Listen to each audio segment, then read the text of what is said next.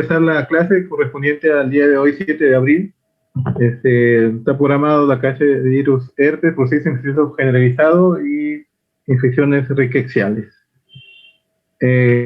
Con respecto al virus herpes, como características generales, tenemos los herpes virus humanos, que son mayormente 100 especies, de las cuales de todas esas 100 especies de virus en general, solamente 8 son los que afectan a los humanos. Entonces, como ustedes vamos a ver en estas subfamilias de herpes, y acá está en esta diapositiva, solamente de los 8 que vamos a hablar y a comentar en esta clase. También hay otros virus B, también de herpes virus, que afectan a simios en forma accidental, refiere. Entonces, de las subfamilias tenemos la alfa herpes viridae, tenemos la beta herpes viridae y la gamma herpes viridae. Entonces, básicamente son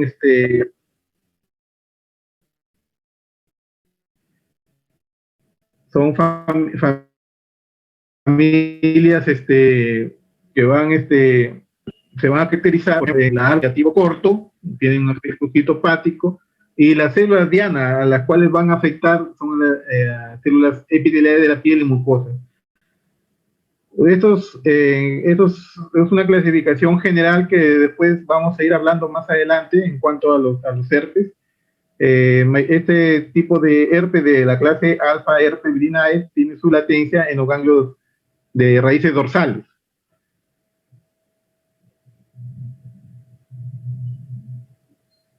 Y dentro de los cuales vamos a encontrar pues el herpes simple 1 y 2 y el varicela zoster. Después,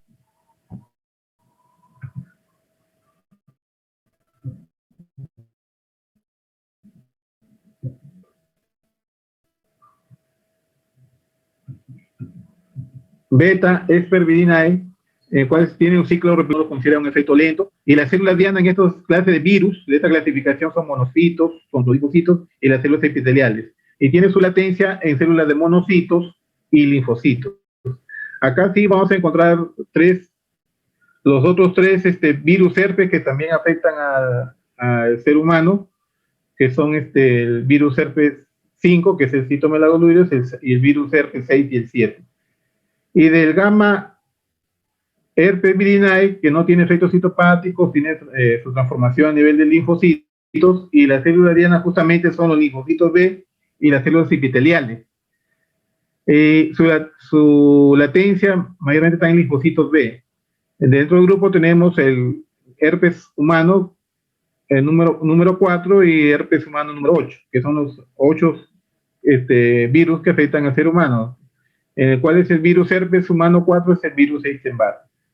Entonces, esta es una clasificación general del virus, de los herpes virus humanos, como ustedes ven, de la subfamilia. Acá se observa la subfamilia, herpes viridae, alfa, herpes viridae, beta y gamma. Sus propiedades biológicas que tiene cada uno, su ciclo de crecimiento, su citopatología y las infecciones latentes, a qué nivel se encuentran estas infecciones latentes. Entonces acá tenemos, por ejemplo, también tenemos su género, al que corresponde en esta dentro de clasificación, y también tenemos su nombre oficial y su nombre mayormente conocido o común: el virus herpes simple 1, el virus de la varicela zoster, el citomegalovirus, el virus Epstein-Barr.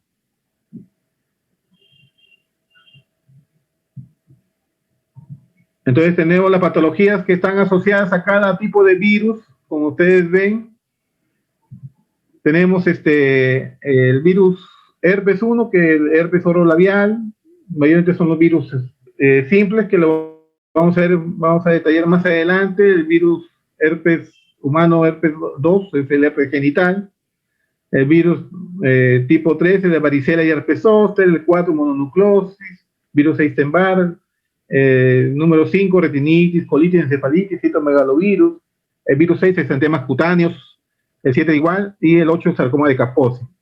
En cuanto a los virus herpes simple, que es la más frecuente, vamos a ver al final de estas diapositivas en cada tipo de virus, unos puntos claves o resumen. Estos virus herpes se caracterizan porque tienen se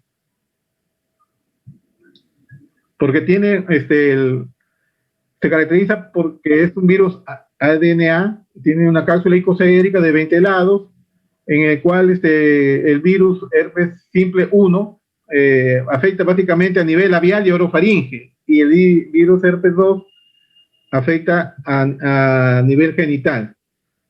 En todos estos casos de herpes simple, se dice de que tienen un 70% de latencia. En cuanto a la epidemiología, la infección por virus herpes simple es a nivel mundial. O sea, no hay ningún país que no tenga, o una zona geográfica que no tenga virus herpes simple. El hombre es el único reservorio natural también. Tiene, como ya hemos manifestado, dos tipos epidemiológicos de antígenos distintos, y mayormente el contagio es por contacto con secreciones orales, genitales o lesiones infectadas. El periodo de incubación es de 2 días a 2 semanas. ¿Qué caracteriza clínicamente el virus herpes simple? Porque van a aparecer vesículas que pueden ser únicas o múltiples, o que derivan en pústulas y coalescen. Es decir, se secan, afectan la piel y mucosas, pero remiten en 7 días. Esas son las características generales de este herpes simple. Básicamente, esta es una forma, cómo se puede, el periodo de latencia. Hay un primer ingreso por piel y mucosas, hay una replicación en células epiteliales y captación por terminales nerviosas. Posteriormente, quedan a nivel de las neuronas ganglionares, a nivel un proceso de latencia viral, que posiblemente se pueden reactivar, y hay síntesis de virus infeccioso. Todo eso se produce en un círculo que es el transporte axonal anterógrado y un transporte axonal retrógrado. En el transporte axonal anterógrado hay transporte, valga redundancia, de subcomponentes virales, y transporte axonal retrógrado, hay transporte pero de virus no infecciosos.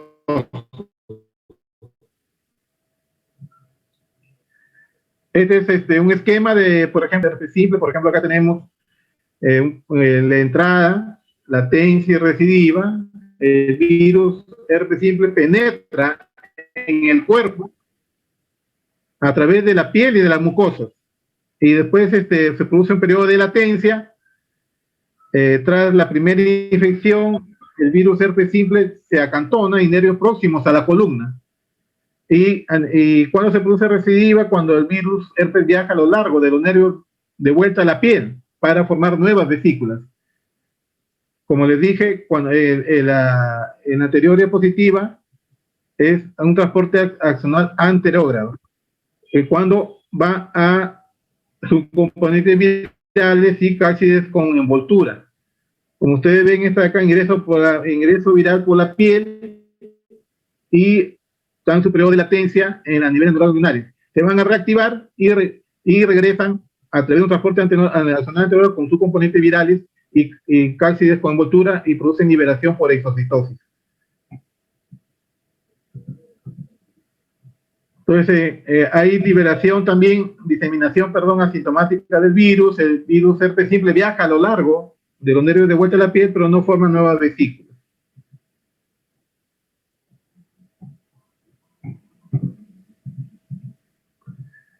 Estas son las características. Como ustedes ven, habrán tenido alguna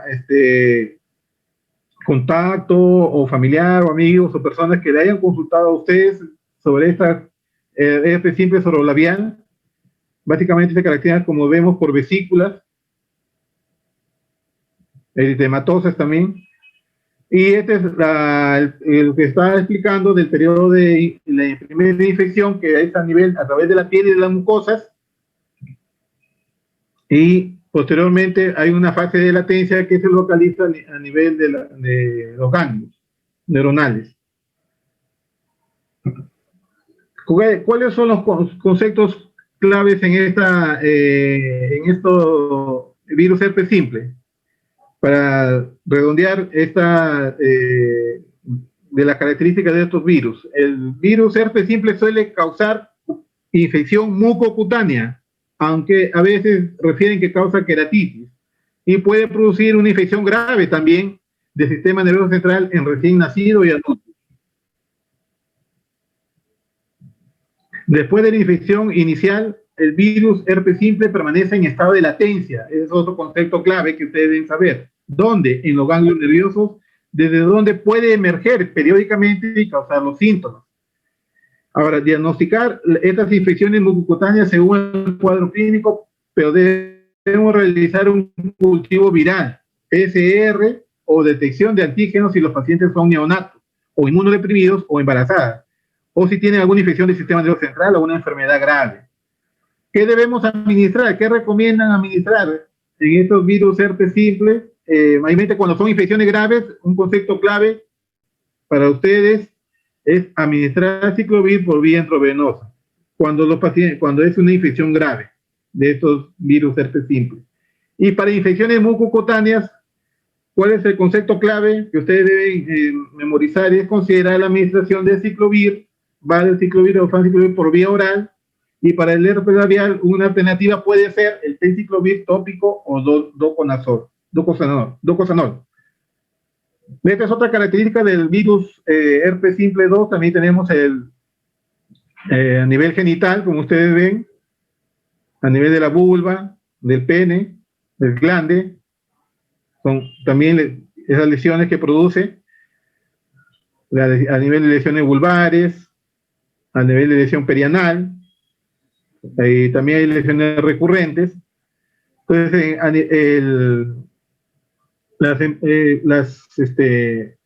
nivel de población, mayormente de estos virus herpes genitales, lo que sí se caracteriza que mayormente estamos viendo que se presenta o se observa en pacientes inmunodeprimidos y en un grupo también en pacientes inmunocompetentes.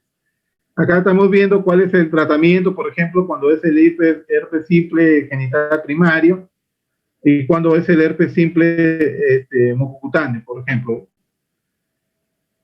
Como les había dicho, aciclovir tenemos en forma endovenosa, con vía oral también aciclovir, aciclovir y fanciclovir.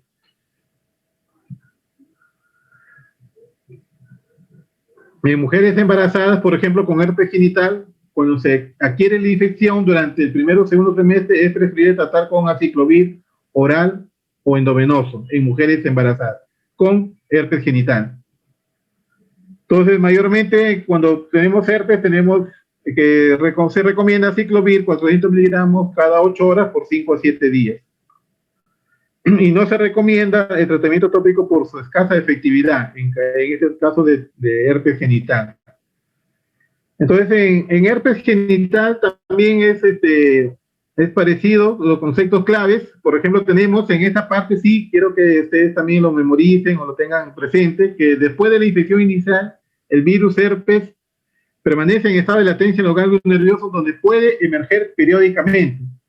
Y en este tipo de virus herpes genital, la transmisión puede ocurrir por contacto con las lesiones, pero la descamación y la transmisión viral también puede suceder cuando las lesiones no son aparentes. Esa es la diseminación asintomática que se conoce. Ahora, la mayoría de las infecciones iniciales, también eso es otro concepto clave que deben tener ustedes, no causan síntomas en estos virus, pero las lesiones genitales primarias suelen ser más dolorosas, prolongadas y generalizadas de las lesiones genitales recurrentes. Ustedes van a tener pacientes que van a llegar a su consultorio y van a consultar que después de haber pasado una primera infección vuelven a tener recurrencia. ¿En qué se va a basar el diagnóstico en estos casos de pacientes? En las lesiones genitales que tienen característicamente con lesiones que se confirman.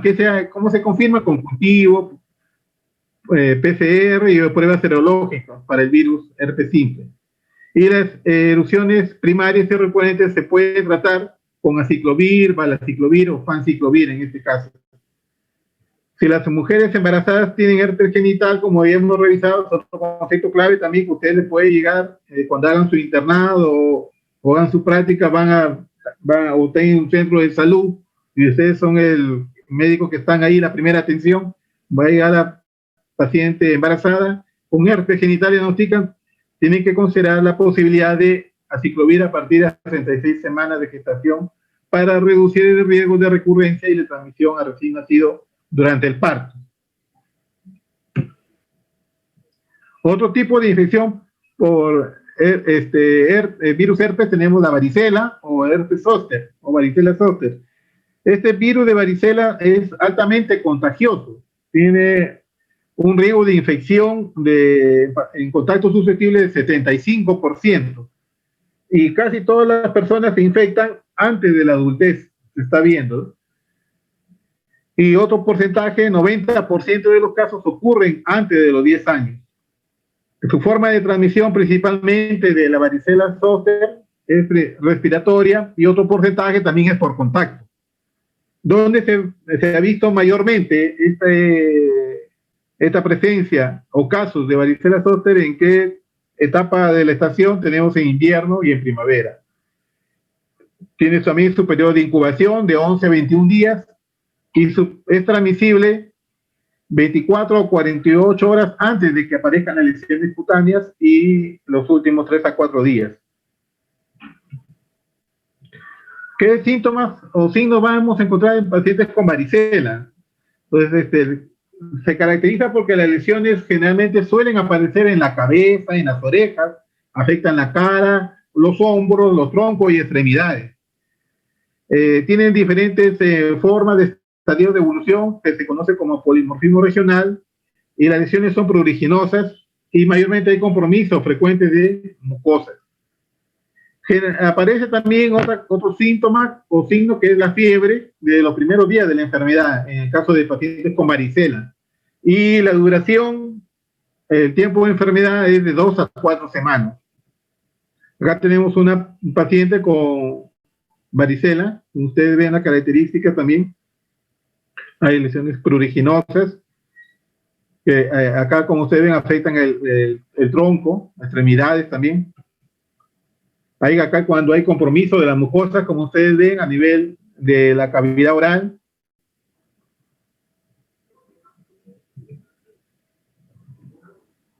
Y también acá tenemos a nivel del tronco, en la región dorsal, en la cara, como hemos visto. También hay una complicación que es la varicela por neumonía por varicela.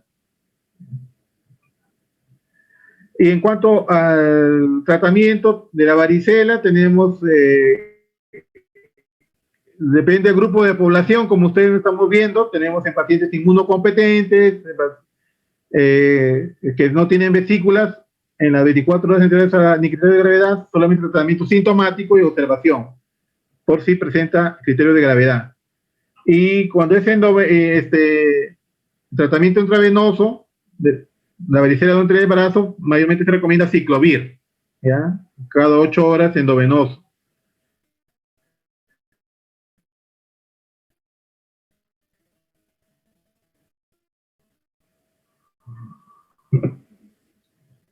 En esta varicela causa lesiones pustulosas con costras en la piel y a menudo incluyendo el cuero cabelludo y puede causar lesiones úlceras, puede tener complicaciones de la varicela. Un paciente con varicela se puede complicar, incluyen que una infección bacteriana secundaria a las lesiones. Puede haber neumonía, ataxia cerebelosa y en adultos también puede haber encefalitis por varicela.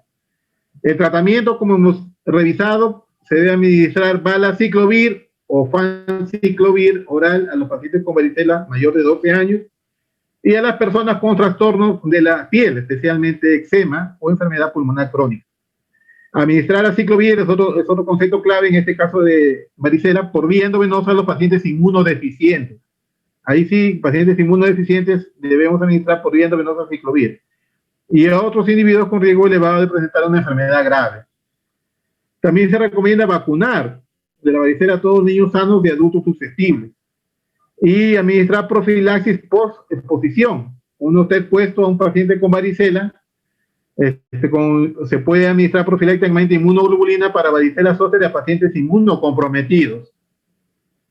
Mujeres embarazadas, susceptibles y recién nacidos cuyas madres desarrollaron varicela dentro de los 5 días anteriores o 2 días posteriores al parto.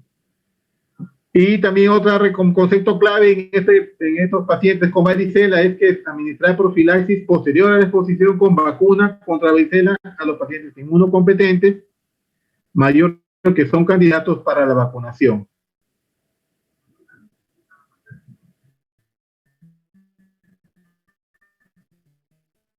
Herpes zóster es otro tipo de virus. Realmente el herpes zóster es unilateral, afecta mayormente la región del tórax, la mitad de los casos, 50% de los pacientes van a venir por afectación a nivel de la región torácica, un 20% a nivel cervical, otro a nivel de la región del trigémino y a nivel lumbosacro, un 11%.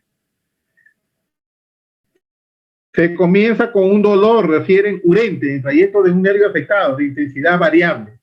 Mayormente en el tórax es siguiendo un dermatoma. Y hay reactivación de varicela por causas multifactoriales también. Acá vemos, por ejemplo, el paciente con varicela, con herpes zóster, perdón, en la región de tórax, siguiendo un dermatoma, las lesiones características, con vesículas también. Y otra característica de este tipo de varicela tenemos el síndrome de Ramsay-Jaun.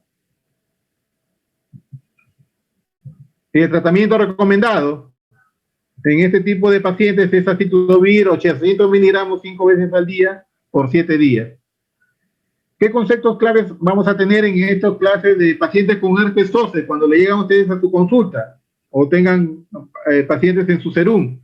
El herpes zóster es causado, entonces, ¿por qué se causa el herpes? Por la reactivación del virus varicela zoster, se reactiva. El virus varicela zoster se reactiva a partir de su fase latente. Por eso se produce el herpes zóster. Es una reactivación del virus varicela zoster a partir de su fase latente. Es dolorosa en forma de vesícula con una base eritematosa en uno o más dermatomas adyacentes. Menos del 4% de los pacientes tiene otro brote, dice, de zóster. Mayormente tienen otro brote de zóster, un 4% de los pacientes, pero muchos, especialmente los ancianos, tienen dolor persistente o recurrente durante meses o años, conociéndose como la neuralgia post-herpética. Ustedes van a encontrar pacientes en su consultorio que han tenido antecedentes de herpes y cuando lo van a examinar van a encontrar ahí las lesiones, las costras o las cicatrices a nivel del tórax de las lesiones herpéticas antiguas. Y esos pacientes van a llegar a su consultorio por neuralgia post-herpética. ¿Qué antivirales se recomiendan en herpes zóster? Tenemos aciclovir, fanciclovir, malaciclovir, que son beneficiosos especialmente para pacientes inmunodeficientes.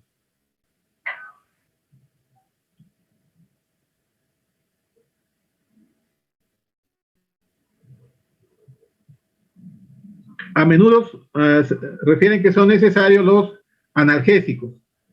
Los adultos inmunocompetentes mayores de 50 años no recombinante, independientemente de que hayan presentado la enfermedad.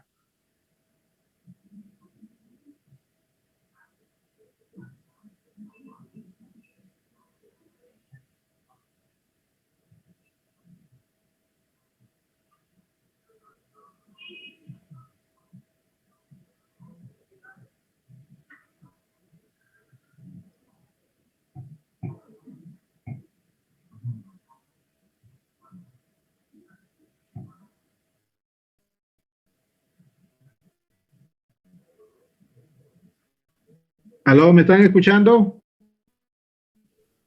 Doctor, se le entrecortó por buen tiempo la última parte.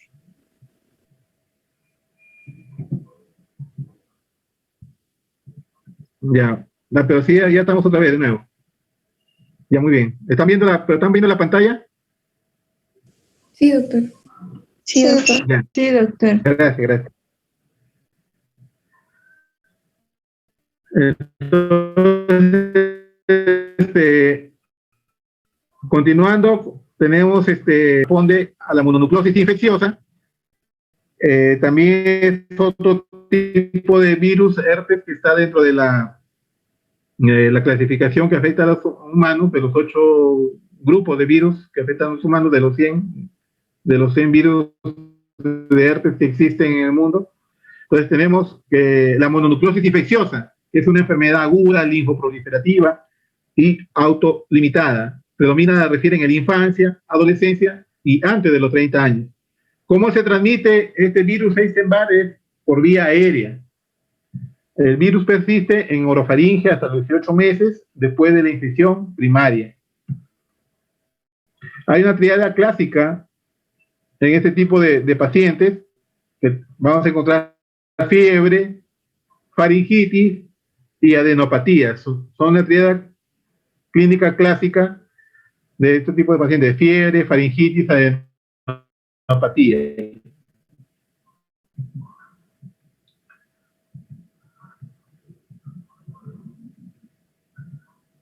Clínicamente, ¿qué vamos a ver en los pacientes?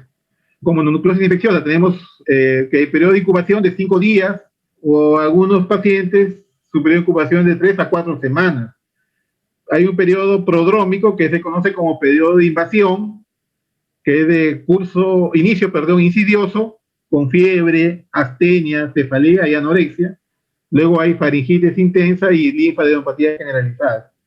Mayormente este periodo prodrómico en estos pacientes. Y hay otro periodo que es el periodo de estado, donde persisten la fiebre, astenia. Y al examen físico, al paciente le vamos a encontrar adenopatías. Un 60-90% de los casos. Y donde mayormente se localizan a nivel cervical, doloroso. También podemos encontrar adenopatías a nivel mesentérico, a nivel de mediastino. Otro signo que ustedes pueden encontrar en el examen es la esplenomegalia, en un 50-70%. Como ustedes ven, hay adenopatías, esplenomegalia, hay hepatomegalia también, en un 10-15% de pacientes.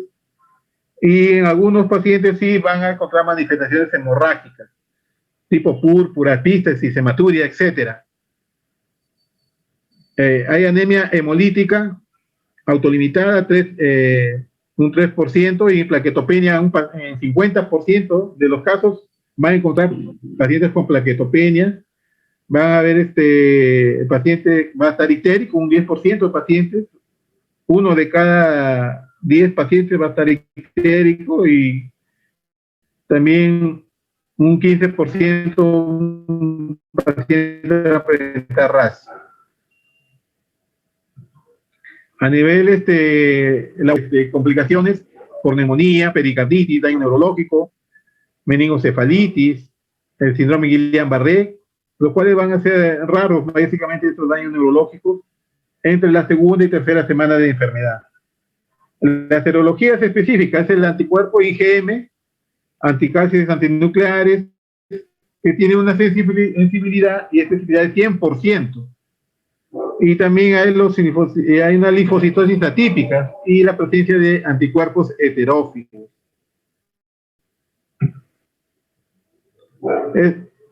Esos son los títulos de anticuerpos. Como ustedes ven, la inmunoglobulina M, la globulina G, obviamente, como les dije, el tiempo de enfermedad, 1 a 2 meses, y hasta años también. Como ustedes tenemos en infección aguda, tenemos la IgM,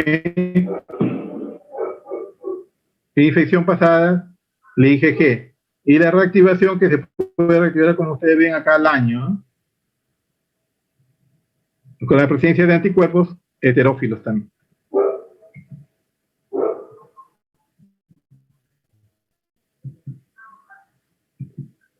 Acá también tenemos cuáles son los anticuerpos contra el virus de Epstein-Barr que podemos encontrar cuando ustedes solicitan su dosaje de anticuerpos.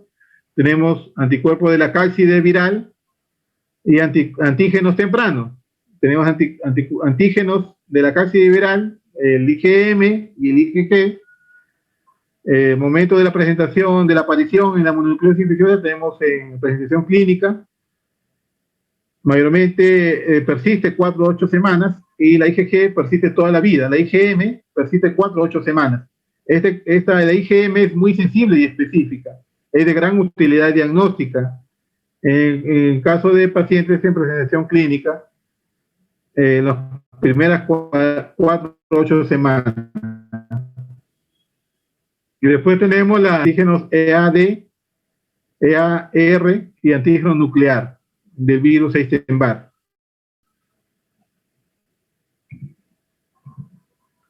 Los tumores que también se asocian también a este tipo de virus, tenemos el linfoma de Burkitt, linfomas inmunosuprimidos, que hay un tipo de asociación, como ustedes hay 100% de asociación con linfoma de Burkitt, subtipo endémico. Después hay en linfomas inmunosuprimidos, hay inmunodeficiencias primarias, hay un 100% de asociación. Tenemos con carcinomas nasofaringeos también, otros carcinomas, tipo nasofaringeo, carcinoma gástrico, hay un 5-15%, con adenocarcinomas y leiomiosarcomas en pacientes inmunosuprimidos, 100% de asociación. Acá, este es el virus Epstein-Barr. Entonces, la infección por el virus Epstein-Barr, como resumen, corolario en estos clases de pacientes como concepto clave para memorizar o para tener en cuenta, es la infección por virus Epstein-Barr es muy común, ¿ya? Y el virus permanece dentro del huésped durante toda la vida y se va eliminando en forma intermitente y asintomática por la bucofaringe del paciente, ¿ya? Entonces, el virus permanece dentro del huésped durante toda la vida del individuo y se elimina en forma intermitente y asintomática por la bucofaringe del paciente. Solo un 5% de pacientes se contagian el virus de una persona con una infección aguda. O sea, mayormente los pacientes que se contagian refieren que, como ustedes ven, el contagio es a nivel bucal o faringe o por las secreciones. Entonces, el virus ellos manifiestan que están en contacto con otra persona que tenía unos síntomas, pero como ustedes ven, mayormente el virus se elimina en forma intermitente y asintomática. Las manifestaciones típicas de virus Epstein-Barr incluyen fatiga, que a veces persiste durante semanas o meses también. El paciente presenta fiebre, faringitis, esplenomegalia y adenopatías, como está viendo, como conclusión, como concepto clave. Y las complicaciones graves también se presentan, pero refiere que las complicaciones graves en virus Epstein-Barr son poco frecuentes, que incluyen encefalitis, manifestaciones neurológicas, ruptura del vaso también en algunos pacientes, pero son poco frecuentes. Obstrucción de vías respiratorias, incluyendo el agrandamiento de las amígdalas, hay anemia hemolítica, trombocitopenia, ictericia. ¿Qué recomiendan para el diagnóstico? Realizar una prueba de anticuerpos heterófilos y a veces anticuerpos virus Epstein-Barr específicos. ¿Qué debemos hacer con el paciente una vez diagnosticado con virus Epstein-Barr? ¿Qué debemos dar? Cuidado de sostén y recomendar que se evite levantar cosas pesadas y realizar deportes de contacto. Los antivirales en estos casos del virus Epstein-Barr no están indicados. No están indicados antivirales aquí en virus Epstein-Barr. Es un concepto clave. Y considerar la administración de corticoides, sí. ¿Para cuándo? Para las complicaciones, como la obstrucción de la vía aérea, cuando el paciente esté con trombocitopenia, que también hemos visto que también presentan, y anemia hemolítica significativa. Ahí podemos indicar corticoides.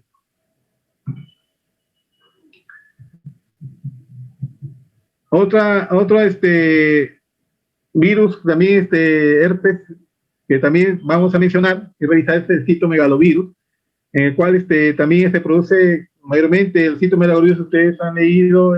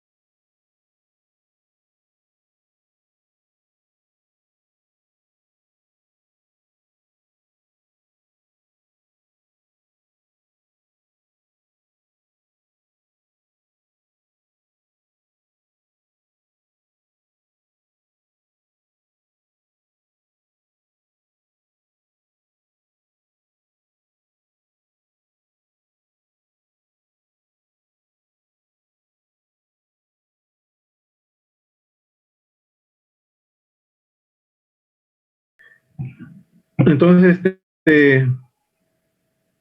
estos citomegalovirus producen infecciones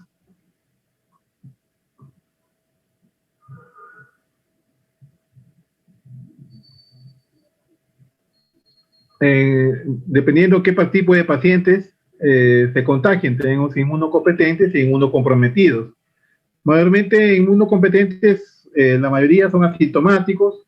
En algunos pacientes hay un síndrome que es parecido a una mononucleosis y hepatitis también. En cambio, inmunocomprometidos, como ustedes ven, es de mayor gravedad. Hay un síndrome general o sistémico, hay neumonitis, hepatitis, encefalitis. Entonces, encefalitis, coriorretinitis, enfermedades gastrointestinales. El citomegalovirus es uno de los virus de mayor tamaño que infectan al ser humano y su genoma codifica 230 proteínas, muchas de las cuales desempeñan un papel esencial en la inhibición de la respuesta inmunitaria. ¿Qué características tiene este citomegalovirus? Que las personas infectadas presentan manifestaciones variables de ausencia de enfermedad en los huéspedes sanos hasta el síndrome congénito, como hemos visto por citomegalovirus en recién nacidos, y el síndrome de mononucleosis infecciosa en adultos jóvenes. En los pacientes con inmunodepresión, ¿qué pasa con el citomegalovirus? Produce ¿qué síntomas?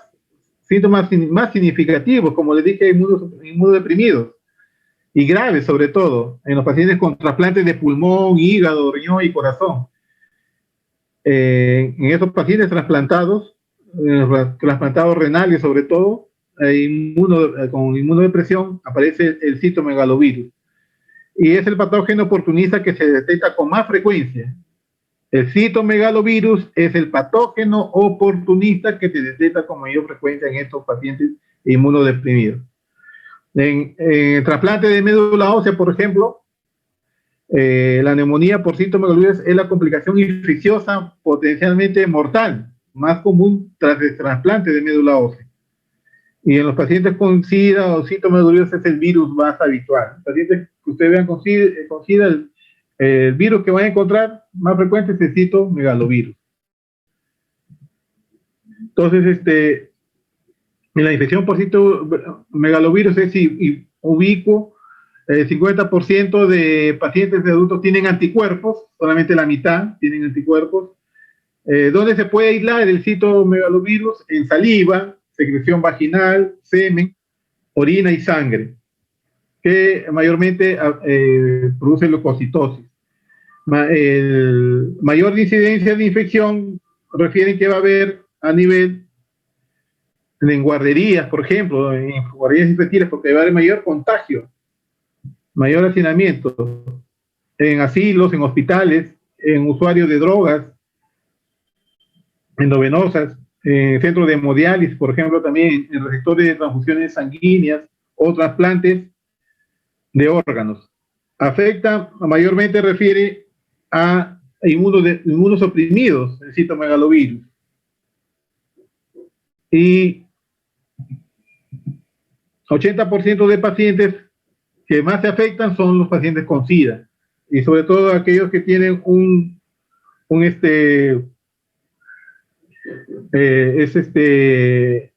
tienen un recuento de CD4 menor de 50 células por milímetro cúbico y tienen evidencia de infección. Entonces, como ustedes ven, el citomegalovirus está presente en todas las partes al mismo tiempo, por eso es ubicuo. Está en muchos lugares a la vez. Tenemos la presentación clínica, el retinitis, por ejemplo, ¿qué causa? Mayormente, como ustedes hemos visto, estos pacientes, las complicaciones, ustedes deben saber cuando citomegalovirus más graves, cuando vengan retinitis, encefalitis, neumonitis, son porque son pacientes inmunodeprimidos. Cuando ustedes vean esos casos y todavía no tengan diagnóstico, pueden pensar, este paciente es inmunodeprimido, hay que estudiarlo, descartar la inmunosupresión. Entonces, ¿qué es lo que va a haber? Destrucción tisular, retinitis, por ejemplo, destrucción celular progresiva que lleva ceguera en 4 o 6 meses. Un paciente con citomegalovirus. Mayormente esta complicación, como ustedes ven, se da en pacientes con SIDA. Y el diagnóstico se hace a través de un fondo de ojo, ¿no? Donde vamos a ver un exudado blanquecino, algodonoso en áreas de hemorragia. Otra complicación a nivel de gastrointestinal tenemos la esofagitis, también colitis, ¿ya? En la esofagitis va a haber odinofagias, el diagnóstico es a nivel endoscópico, presencia de úlceras, se toma biopsia, donde va a haber cuerpo de inclusión y en algunos se manda cultivos. En la colitis, ¿qué presenta el paciente? Fiebre, diarrea, hay muchas veces con sangre de diarrea, se tiene que hacer colonoscopía y también biopsia, ¿no? El diagnóstico de citomegalovirus es aislar el virus. Se va a tener que hacer cultivos de fluidos o tejidos 1 a 2 semanas. Va a haber demostración de cuerpos de inclusión en tejidos afectados y va a haber una antigenemia PPC65 PCR. Va a haber una presencia de demostración de cero conversión que va a ser en la primoficción o en la reinfección. Tratamiento de citomegalovirus. Tenemos, cuando tenemos mononucleósico, el síndrome mononucleósico, tratamiento de los síntomas básicamente, fiebre, dolor. Cuando hay retinitis es ganciclovir, como ustedes ven, son pacientes inmunodeprimidos. Ganciclovir tópico también mediante implantes o infiltraciones. Cuando el paciente tiene neumonía por citomegalovirus, meningocefalitis, poliarticulopatía, esofagitis, colitis, hepatitis, ¿el tratamiento cuál es? Ganciclovir, endovenoso por 14 a 21 días también. Otras alternativas tenemos Foscarnet y Citomegalovirus.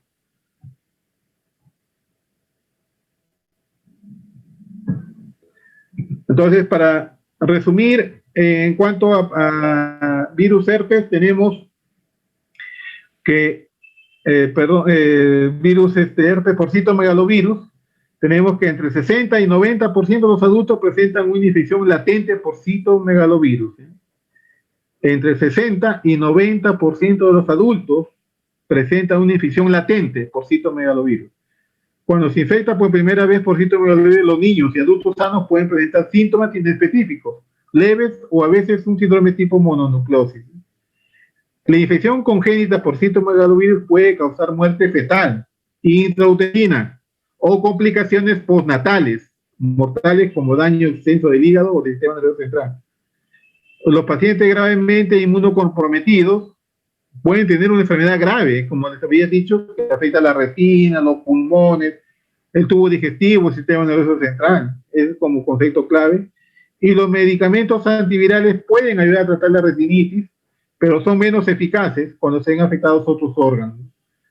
Los pacientes receptores de trasplantes en riesgo de infección por citomegalovirus requieren antivirales profilácticos o vigilancia estrecha para detectar los primeros indicios de infección.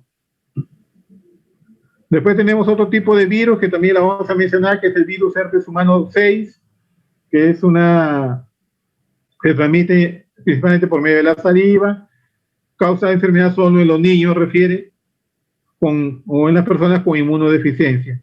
Puede causar trastornos neurológicos, encefalitis y convulsiones febriles.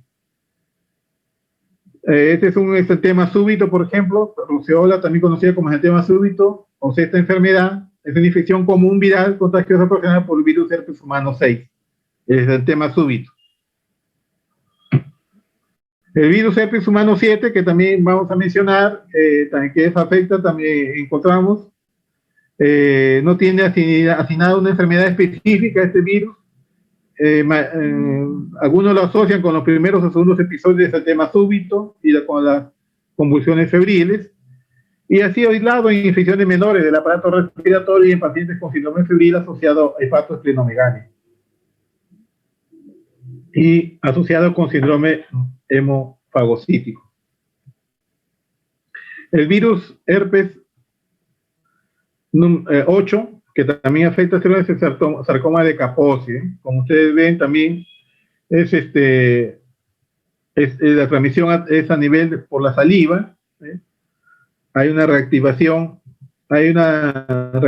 lítica, también presenta un reservorio latente, un ADN viral.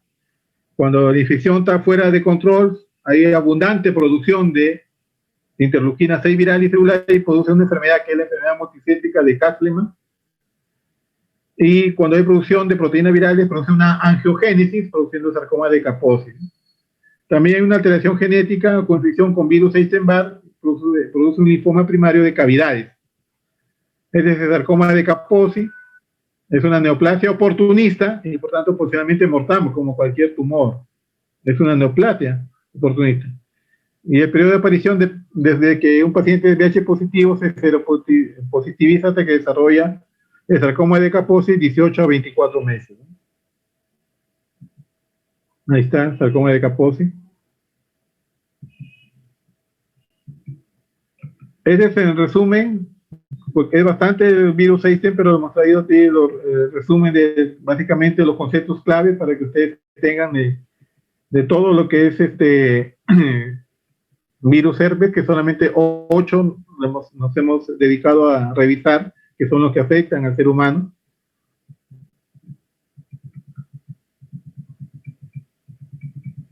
Esas son las características, ¿no?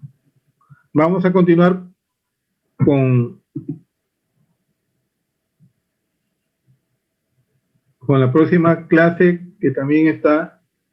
¿Están siguiendo? ¿Me están revisando? Sí, doctor. Sí, doctor. Muy bien, muy bien. No los veo, no se vayan a estar durmiendo. Bueno, proceso infeccioso. Estaba revisando así literatura, ¿qué es el proceso infeccioso? El proceso infeccioso es, básicamente, valga su redundancia, la palabra proceso infeccioso es el proceso o la fase desde la entrada del microorganismo al macroorganismo, o sea, al huésped. Ese es el proceso infeccioso. La interfase, desde la entrada del ingreso, la interfase entre el microorganismo y el macroorganismo, o entre paréntesis el huésped, o el ser vivo. Ese es un proceso infeccioso, ¿no? Entonces ahí ustedes revisan el proceso infeccioso como proceso infeccioso, es la entrada de la bacteria, del virus, etcétera, parásitos, al huésped, después manifestaciones clínicas y ahí salida también. Es un proceso, hasta un círculo, un circuito también, que es un ciclo biológico. Entonces, cuando hablamos de proceso infeccioso generalizado, entonces, el proceso infeccioso generalizado es un término que se emplea para identificar un síndrome febril de origen presumiblemente infeccioso, de varios días de duración. Mayormente refiere que son de 3 a 5 días, en la que no existe un foco infeccioso identificable. Entonces, ¿qué es lo que caracteriza el proceso infeccioso generalizado? Es que el paciente que debe tener fiebre y un síndrome, el síndrome de RES, que es el hígado aumentado de tamaño, esplenomegalia y adenopatía. Esa es la característica de un proceso infeccioso generalizado. O sea, un paciente, mayormente cuando lo catalogan un paciente como PIC, le ponen en la historia clínica P y G. Entonces, Dice, proceso infeccioso generalizado. ¿Qué es lo que tiene tu paciente? Doctor, mi paciente tiene fiebre, tiene hepatomegalia, esplenomegalia y adenopatías. Eso es lo que le encontró a mi paciente. Por eso le estoy catalogando como un PIG. Y un proceso infeccioso localizado es diferente. O sea, como su mismo nombre dice, es localizado, es local. Se suscribe a un solo lugar. Puede ser a nivel de la piel, nada más, celular subcutáneo, que se presenta en forma aguda, puede ser a nivel de las amígdalas, puede ser ganglios, pero lo que no presenta pues, es hepatoesplenomegalia, ¿ya? Que es muy diferente a proceso infeccioso generalizado, que está aumentado el hígado, el vaso, y hay adenopatías más fiebre. En cambio, en proceso infeccioso localizado no hay hepatoesplenomegalia.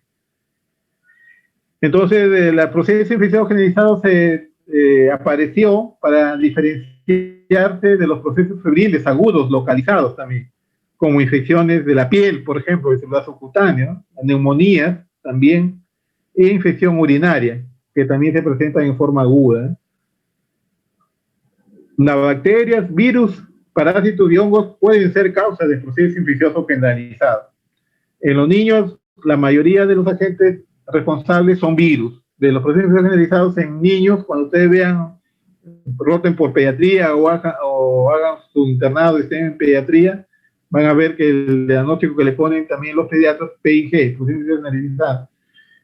Porque en estos casos los niños, las causas más frecuentes son virus, mientras que en adultos son bacterias, parásitos y hongos. Otras infecciones bacterianas son, por ejemplo, leptospirosis, sífilis, bartonella, hepatitis viral mononucleosis, infección por citomegalovirus, dengue, VIH, cursan con proceso infeccioso generalizado. Enfermedades parasitarias que pueden enfrentarse como procesos infecciosos generalizados, por ejemplo, son malaria y toxoplasmosis también. Enfermedades micóticas están la histoplasmosis, parasitomicosis, malaria, por ejemplo, también. Fiebre tifoidea también es lo consideran como un proceso infeccioso generalizado. Bartonella, ¿ya? Dengue y el dengue. Es un resumen del proceso infeccioso generalizado que es PIG. Es algo cortito nada más y después avanzamos con... ¿Aló? El tema de revisión incluye enfermedades rickettsiales, tifus urino, tifus exantemático. Soy el doctor Edián. ¿Aló? Sí, doctor. Entonces tenemos...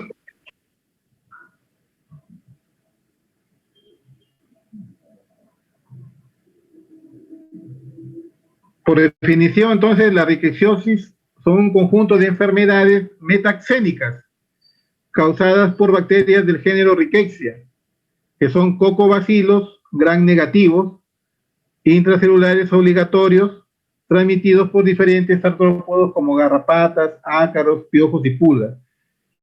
El nombre deriva en honor del año 1916 del doctor Ricketts, que fue víctima prácticamente de este tifus, un tifus epidémico, mientras estudiaba esta enfermedad. Entonces, estas rickettsiosis se denominan así en honor a él, póstumamente, prácticamente, porque él estaba estudiando esto. Las rickettsiosis son un conjunto de enfermedades metaxénicas que son causadas por bacterias del género Rickettsia, que son cocobacilos gram negativos, intracelulares obligatorios, y son transmitidos por artrópodos, por garrapatas, ácaros, piojos y pulgas.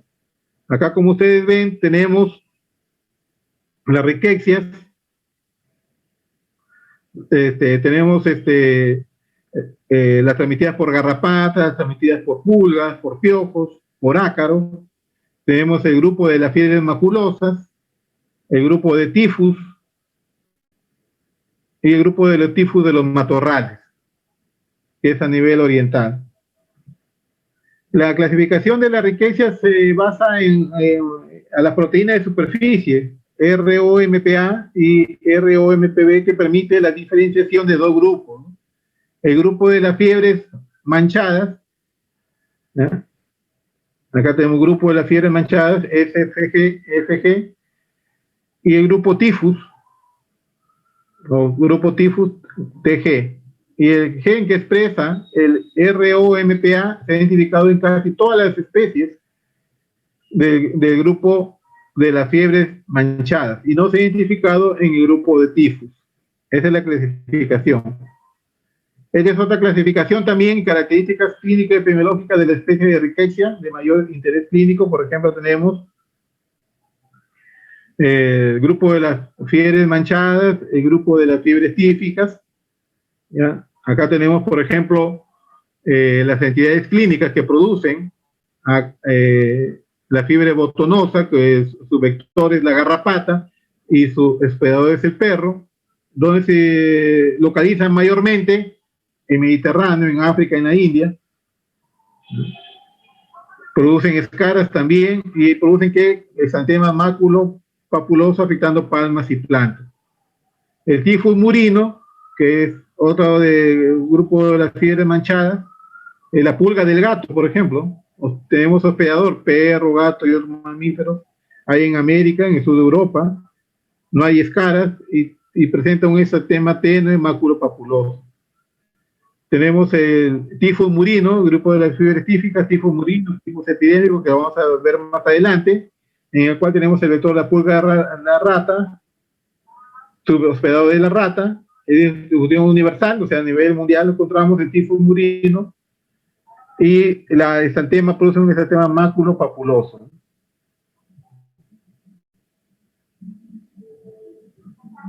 En el Perú tenemos que se ha reportado más del 50% de los casos notificados de tifus exantemático a nivel mundial en el Perú, procedentes de zonas endémicas de la Sierra Sur y Central. ¿Dónde van a encontrar tifus exantemático cuando ustedes vayan a trabajar o a hacer su Perú? Por Cusco, Apurímac, Ayacucho, Puno y Arequipa, confirmados por exámenes de laboratorio.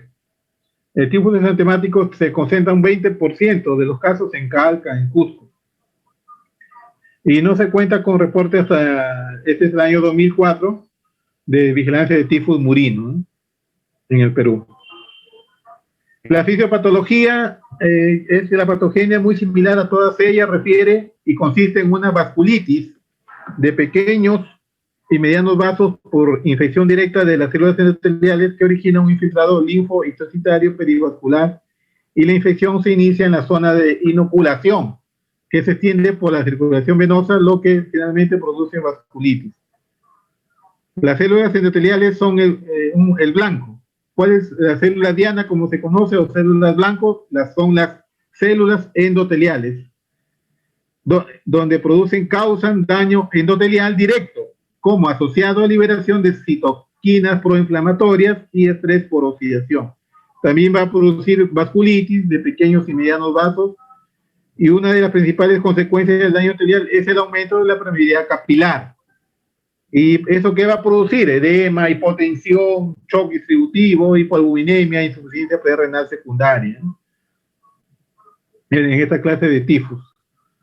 Las complicaciones que puede haber en tifus, tenemos complicaciones fatales, puede haber, que son las del sistema nervioso central, falla renal aguda, insuficiencia respiratoria. Acá en nuestro país hay un programa de metaxénicas que tienen un documento técnico oficial que es de 2001 para el tratamiento de tifus exantemático. Refieren que la presencia de circulación de Rickettsia staphylococcus, que es del grupo tifus, y Rickettsia felis, que es del grupo de fiebres manchadas acá en nuestro país. Este es un reporte del año 2004. Mayormente, de todos los síndromes que produce, más frecuente infeccioso, tenemos el síndrome febril y exantema. Son básicamente exantema lo que produce las riquecias. Este es un cuadro de enfoques clínicos de febril, por ejemplo, en cómo se debe enfocar. Acá tenemos, por ejemplo, síndrome febril agudo, descartamos si es malaria, se hace gota gruesa, si es positivo se da antimalárico, si no, si sale negativo se hace un enfoque sindrómico, puede ser por exantemática. ¿Qué es exantemas? Máculas, pápulas, petequias, donde acá tenemos las riquecias. También puede ser por hemorragia, petequias, equimos, ¿sí? Tenemos las riquecias acá. Respiratorios también tenemos las riquecias. Y inespecífico, ningún síntoma, las riquecias. Entonces, en esta de riquecias, los conceptos claves que debemos tener es que las enfermedades por riquecias y los trastornos relacionados como anaplomosis, escherichiosis, fiebre Q, fiebres reumatorales, son producidos por un grupo de cocobacilos gram negativos intracelulares obligados. Todos, excepto la Coxiella burnetii, tienen un vector artrópodo. Eso es muy importante, este concepto. ¿Ya? Todos, excepto la Coxiella burnetii, tienen un vector artrópodo. Las enfermedades riqueciales, ¿qué es lo que producen? Mayormente fiebre, ¿ya? Y dependiendo de la enfermedad, a veces causa una lesión local, escara. A veces una lesión local, como dice, una erupción petequial, adenopatía regional, signos encefálicos, vasculitis, gangrena de piel y tejidos, difusión orgánica y colapso vascular. También debemos distinguir las enfermedades riqueciales relacionadas de otras infecciones agudas también, eso debemos determinar, ¿no? Y entre sí, según la anamnesis, según sus características clínicas y según los resultados de las pruebas. Por ejemplo, tenemos que pedir algunas veces biopsia con análisis de inmunofluorescencia directa, pruebas serológicas, pruebas reactivas. Y se recomienda en estos de riquecias, como concepto clave, tratar con antibióticos de manera empírica sin aguardar los resultados de las pruebas de diagnóstico, refiere. Ya debemos ir tratándolo de forma empírica, la fiebre, como es la causa principal, los síntomas principal, alguna escara que tenga erupción petequial, sin aguardar los resultados de las pruebas de diagnóstico. ¿Para qué? Para prevenir el deterioro significativo del paciente, que su muerte o convalecencia prolongada. Eso es lo que se recomienda, tratar antibióticos de manera empírica hasta ver los resultados de la prueba de diagnóstico. Y el tratamiento de primera línea, en caso de riquecias, es tetraciclina. Tetraciclina es eso. Vamos a ver el tifus murino. Tenemos que la riqueza tifus es causado es una bacteria intracelular obligada, gram negativa, infecta las células endoteliales y mamíferos y las células de intestino de las pulgas, y la enfermedad se transmite por inoculación de heces de pulga infectada en una herida portadora de pulga. Esa es la transmisión, por inoculación de las heces de la pulga infectadas en una herida, por picadura de pulga también. ¿Dónde se distribuye? Distribución mundial, siendo prevalente en el litoral de las regiones tropicales y subtropicales, donde las ratas son reservorios y sus pulgas son los vectores. El periodo de incubación es de aproximadamente una semana, 2 a 14 días, y depende de la especie, si se considera hasta 20 días también. ¿Qué manifestaciones clínicas vamos a tener en estos pacientes? Es al inicio de la enfermedad, los síntomas que van a presentar son fiebre, dolor de cabeza, náuseas, vómitos. Y el exantema aparece cuando avanza la enfermedad. Se suele describir como macular o macropopular y se observa más frecuentemente en el tronco. Esos son los síntomas y signos más frecuentes de tifus murino, por ejemplo. El más frecuente de todos es la fiebre. 100% de los pacientes con tifus murino tiene fiebre, seguido de dolor a nivel articular, a nivel de muscular, artromialgias y dolor de cabeza. Otros síntomas o signos es el exantema, también característico de tifus murino. Cuando ustedes vean pacientes con fiebre, exantemas, dolor de cabeza y dolores articulares y musculares, sospechen de tifus murino, ¿eh? Puede ser por pulgas o ratas, ¿eh? En la prueba laboratoria es frecuente encontrar elevaciones de la aminotransferasa hepática cuando pedimos análisis de sangre, El daño vascular también puede provocar hipoproteinemia, podemos encontrar hipoalbuminemia y alteraciones electrolíticas tipo natremia, hipocalcemia en un análisis de gases. Entonces, el diagnóstico temprano se basa en la sospecha clínica y en la epidemiología, como les dije. En la epidemiología, o sea, en la zona donde viven, la presencia de ratas, pulgas.